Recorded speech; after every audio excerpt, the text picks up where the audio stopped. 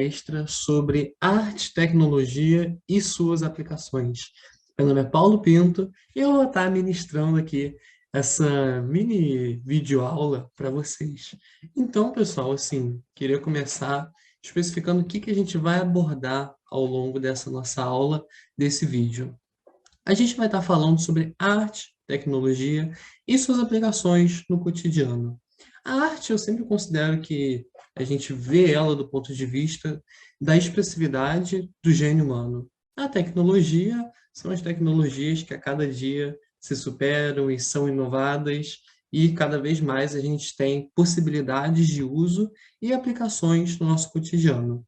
E quando a gente for falar de aplicações, a gente vai estar falando dessa simbiose, desse duo entre arte e tecnologia, e os usos em sustentabilidade, usos para experiências pessoais, experiências para os seres humanos, e o uso também para outras exposições artísticas, ou seja, esse duo como uma ferramenta que artistas, que pessoas utilizam para estar expressando algum sentimento, algum pensamento, alguma opinião, enfim, a gente vai estar englobando todos esses assuntos. Então, pessoal, nosso primeiro passo vai ser entender o que são mídias imersivas. Eu não sei vocês, mas quando eu penso em mídias imersivas, em o que é imersibilidade, eu sempre penso que é alguma forma de eu ficar focado em alguma coisa. Vamos supor que eu estou vendo um filme numa TV, certo? E eu tenho uma pessoa na mesma sala que está me chamando e eu não estou ouvindo. Não sei se vocês já passaram por essa situação, mas quando a gente está com foco, quando a gente está com atenção em alguma coisa, alguma ação, alguma coisa que está acontecendo, a gente fica, de certa forma, imerso. Porque as coisas podem acontecer ao nosso redor e nem sempre a gente vai tirar o olho do que a gente está querendo prestar atenção para estar ali suprindo a necessidade de uma pessoa, ou enfim, prestando atenção no que está acontecendo em volta. Então, quando eu falo de mídias imersivas, é sobre isso que eu quero falar. Mídias, no sentido de suportes e ferramentas, ok? Que a gente vai estar falando mais ao longo dessa aula, no sentido de celulares, óculos virtuais, enfim. Mídias, ferramentas que podem causar, que podem possibilitar que nós fiquemos imersos em algum assunto, em algum tópico, durante algum momento ali da nossa vida, do nosso cotidiano. Então, novamente, suportes e ferramentas. E aqui a gente já entra em mídias imersivas que trabalham, que fazem esse diálogo com a tecnologia, que é a realidade aumentada e a realidade virtual. E para isso, eu queria trazer dois exemplos que eu acho que vai ser bem concreto para vocês. Porque quando a gente pensa em realidade aumentada e realidade virtual, muitas vezes a gente pensa que para ter acesso a esse tipo de tecnologia, a esse tipo de informação, a gente precisa ter um equipamento super caro, um equipamento super específico. Mas não, pessoal. No momento que a gente se encontra hoje, essas tecnologias de acesso, né, as ferramentas que possibilitam a gente acessar essas experiências, elas já estão ali no nosso cotidiano. A gente já utiliza elas, só que não com esse propósito. Então, quando eu falo sobre realidade aumentada, o que eu estou falando é que a gente já presencia isso, no sentido de quem nunca abriu um aplicativo no celular, tanto que eu puxei aqui a foto de um celular, que é uma ferramenta que a maioria das pessoas utiliza, tanto para trabalhar, interações sociais, enfim.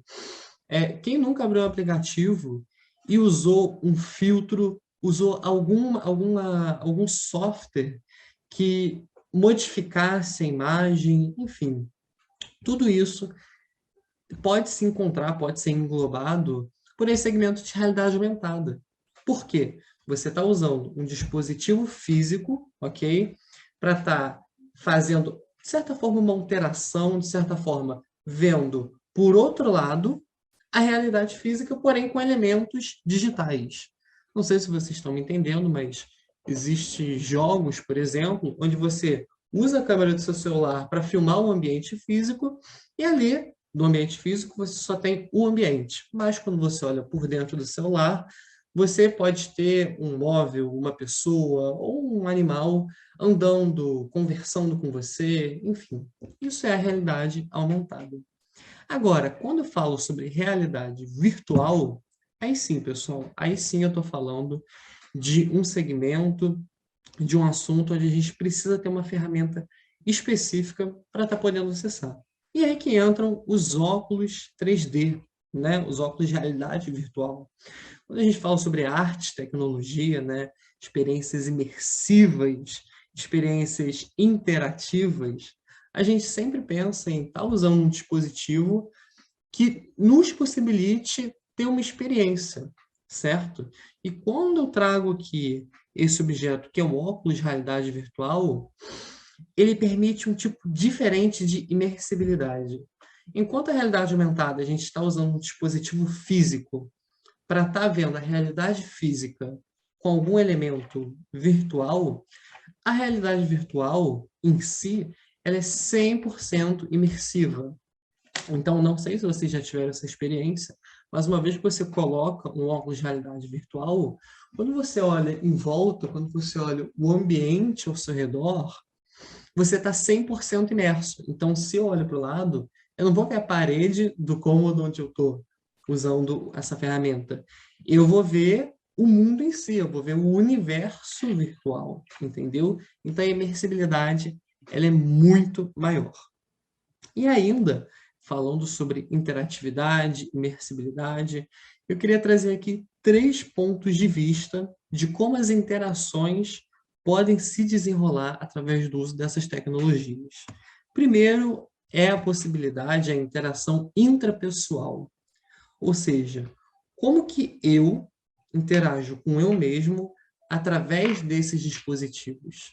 E existem pesquisas tecnológicas focadas nos seres humanos. Então, como que a gente pode estar usando essa tecnologia para criar experiências específicas, para estar criando ferramentas, aplicativos que vão auxiliar os seres humanos em alguma necessidade. Então, o intrapessoal seria basicamente isso.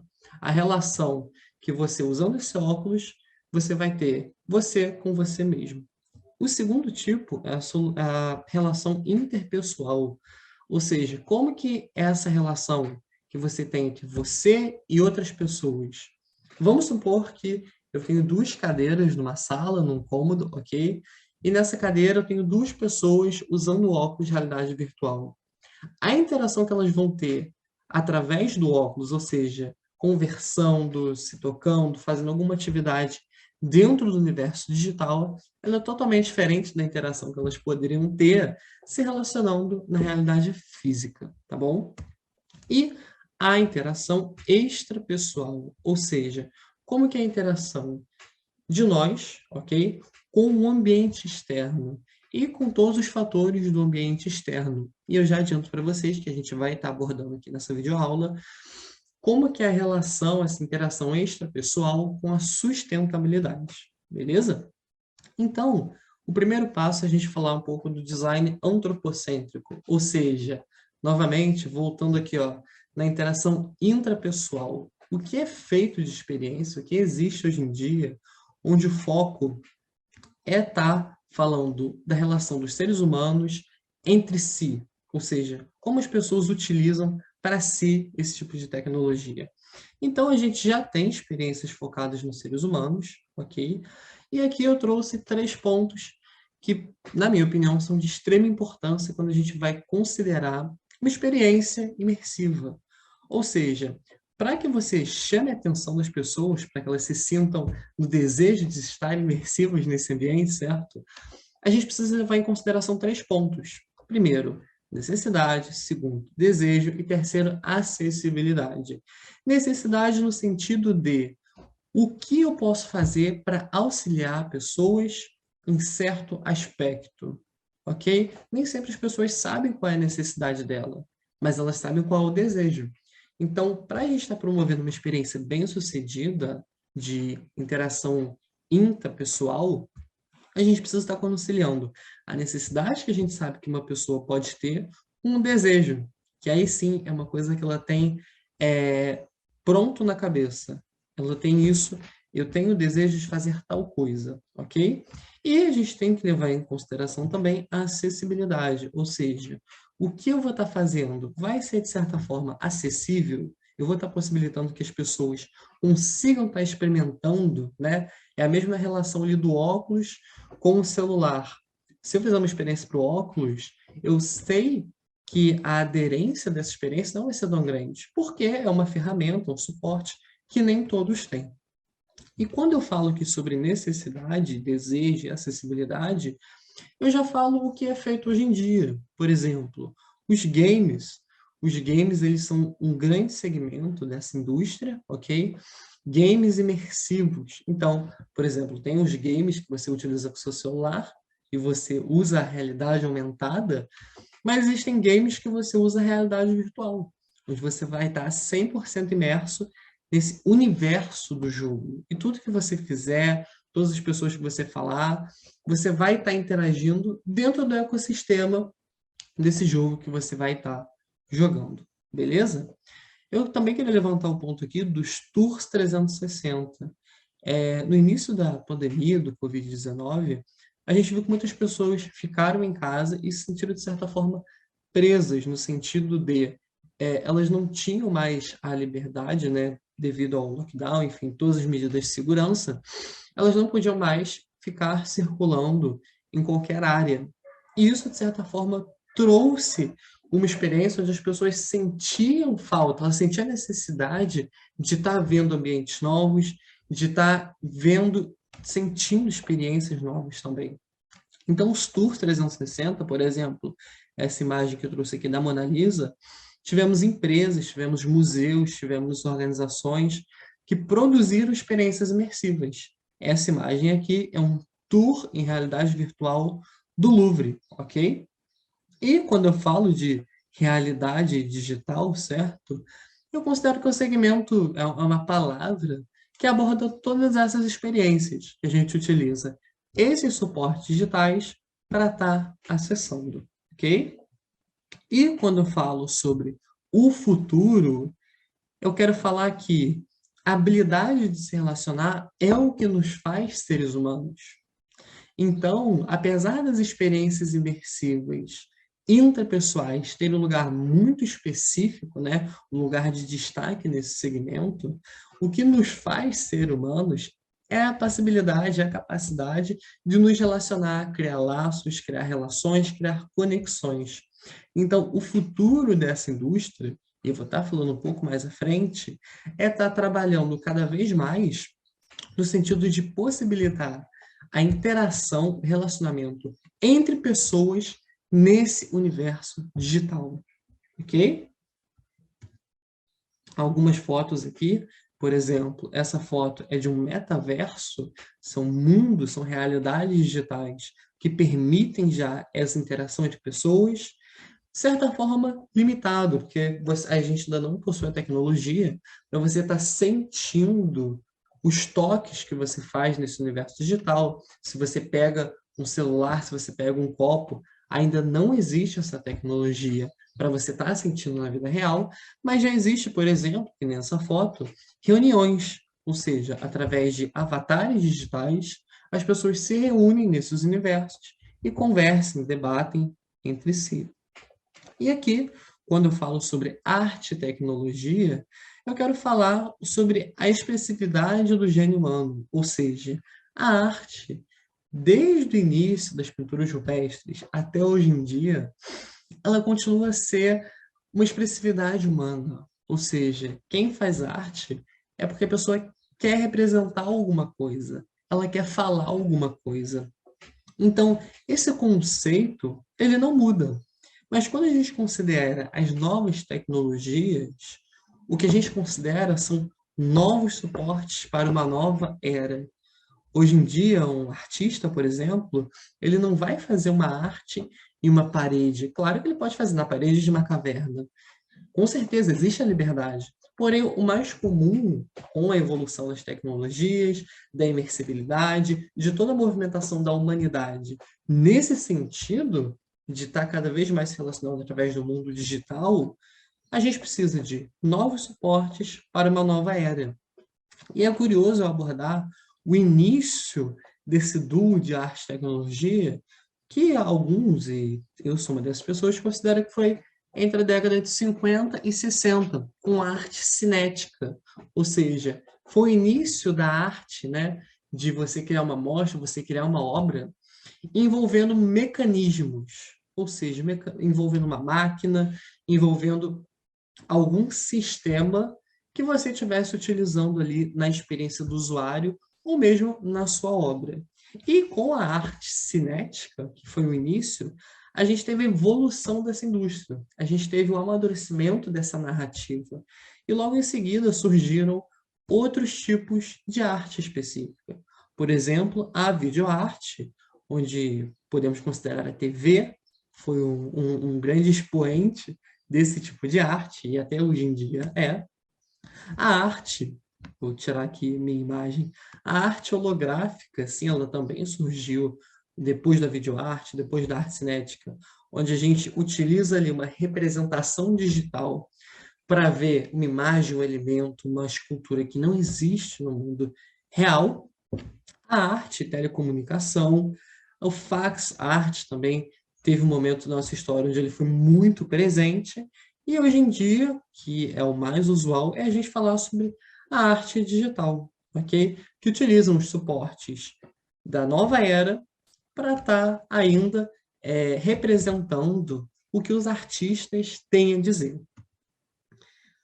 E não menos importante, mas o último ponto a ser considerado é que, com novos suportes e com uma nova era, o que a gente faz é a criar novas conexões e novas possibilidades para as pessoas terem diferentes experiências imersivas e experiências que elas não teriam. E um exemplo disso é o Jardim da Vida, por exemplo. O Jardim da Vida ela foi uma imersão é, em um documentário que foi filmado com uma câmera 360 no Xingu. Então, a pessoa que estava utilizando o óculos de realidade virtual conseguia, de certa forma, se tornar um ser que, de certa forma, estaria no ambiente onde foi gravado.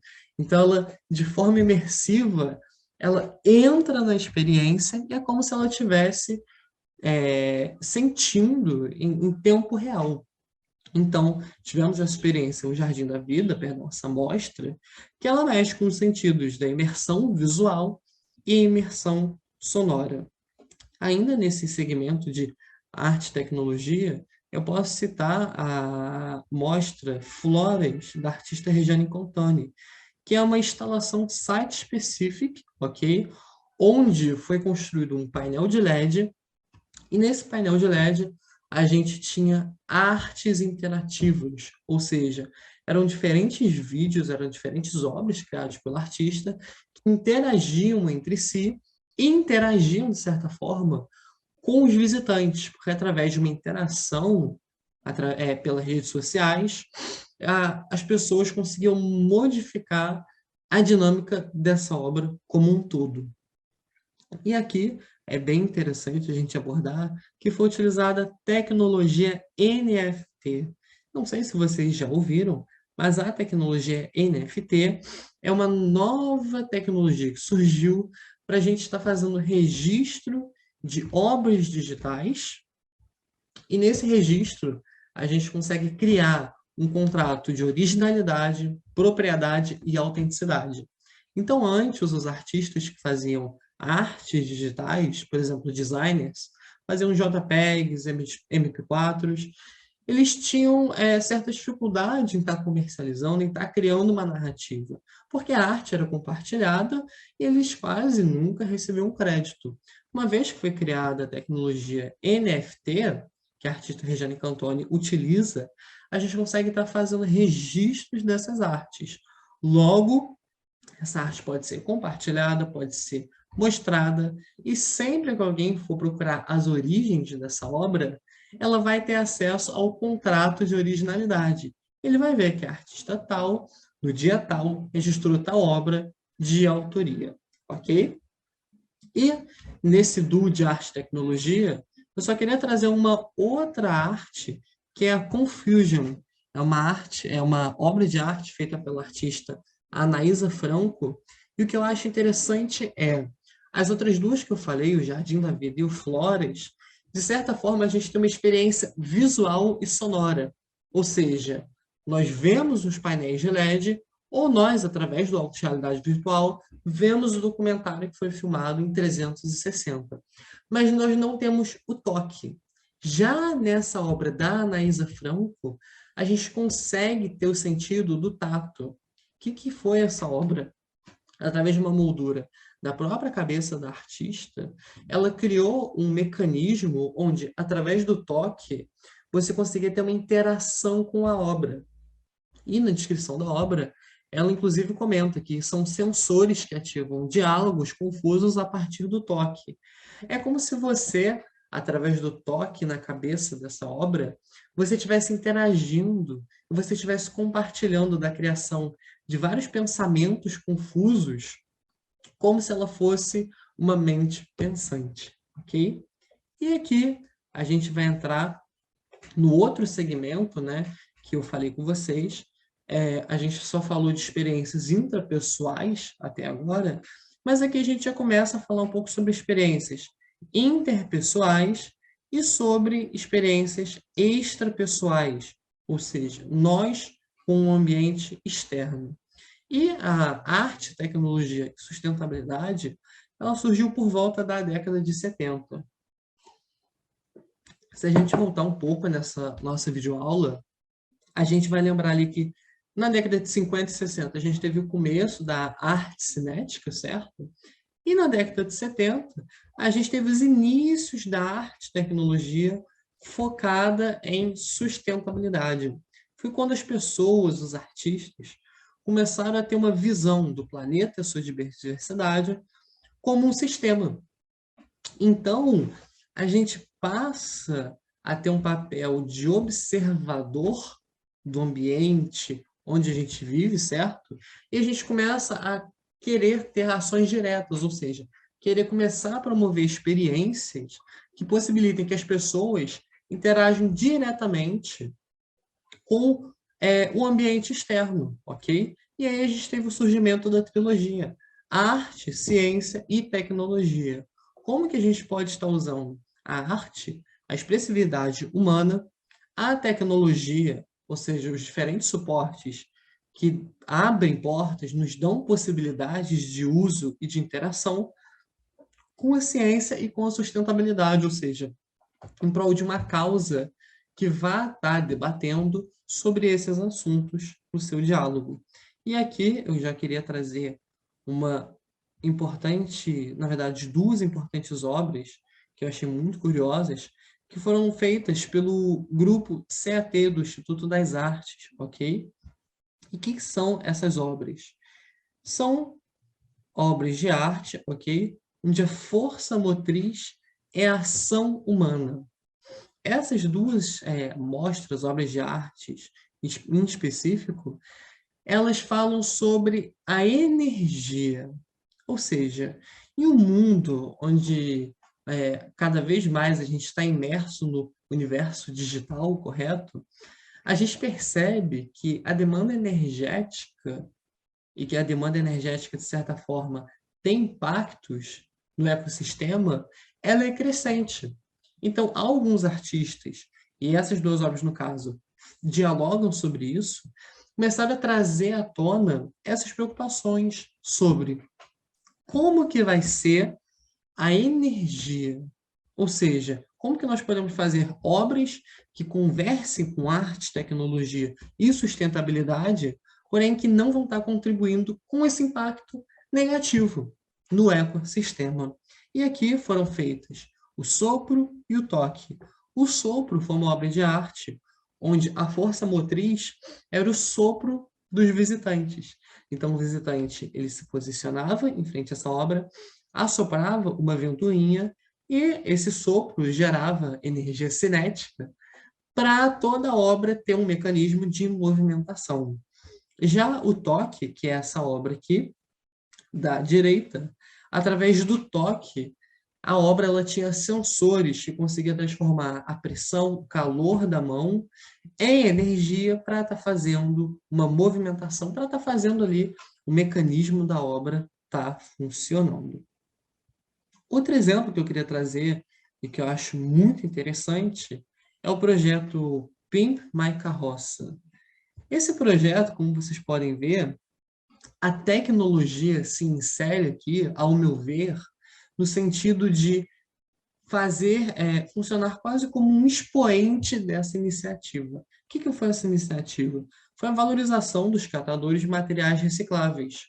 Então, foram selecionados catadores de materiais recicláveis e, através da experiência artística, foram criadas várias frases, vários slogans, foram criados uma identidade para cada catador.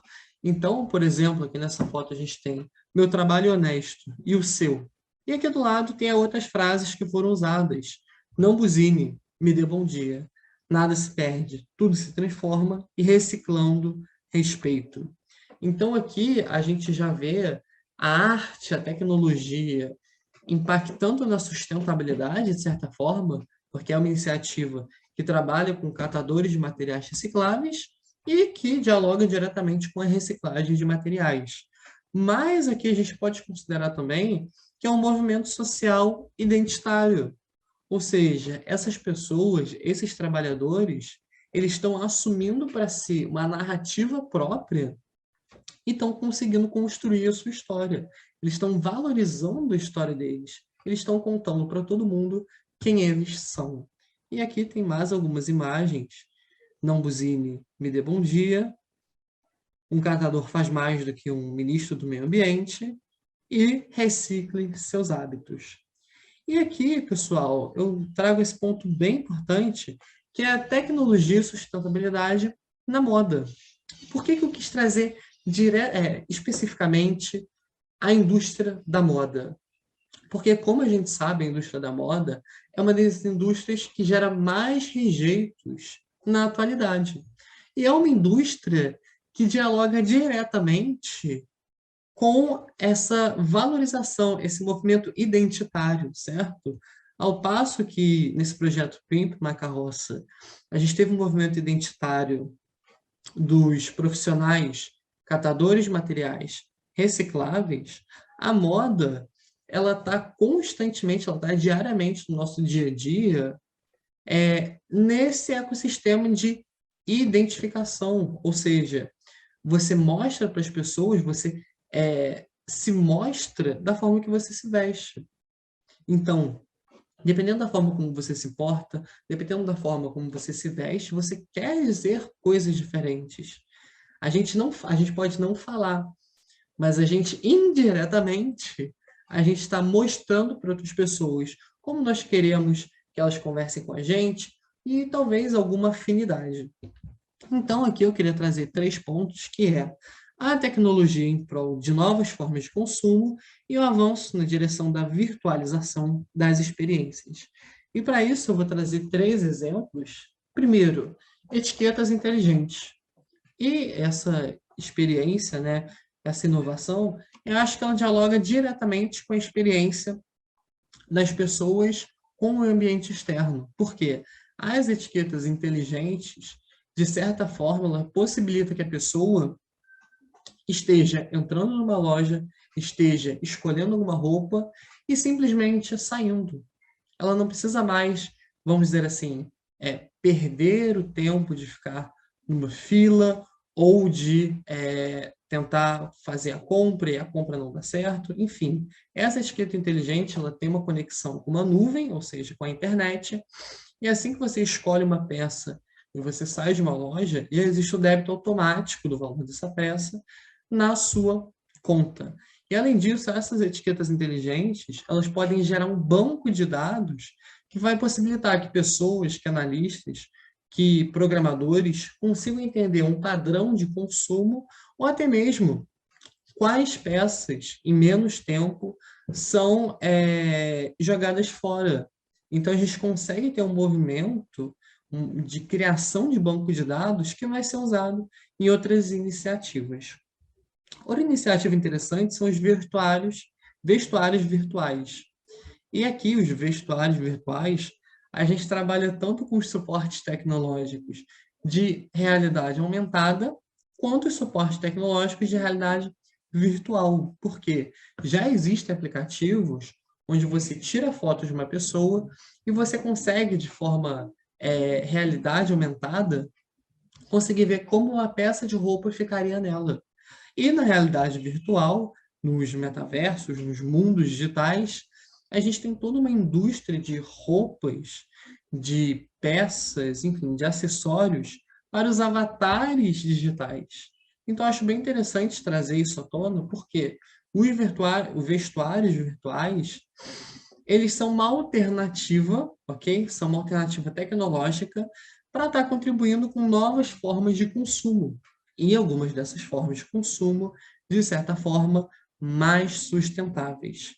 E aqui, que eu considero o mais importante desse slide, seriam a tecnologia e a sustentabilidade em prol dos recursos naturais. Ou seja, como que a gente pode estar pensando novas tecnologias, fornecendo novas experiências, novas possibilidades, e aqui eu acho que é bem importante eu enfatizar que o avanço na direção da virtualização das experiências dialoga diretamente com isso, né? Com a gente estar utilizando menos recursos naturais para estar criando peças, criando elementos no universo físico, para estar criando eles no universo digital. Beleza, pessoal? E aqui, para estar arrematando todo esse pensamento, toda essa narrativa, eu queria trazer uma reflexão, que é a arte versus a tecnologia.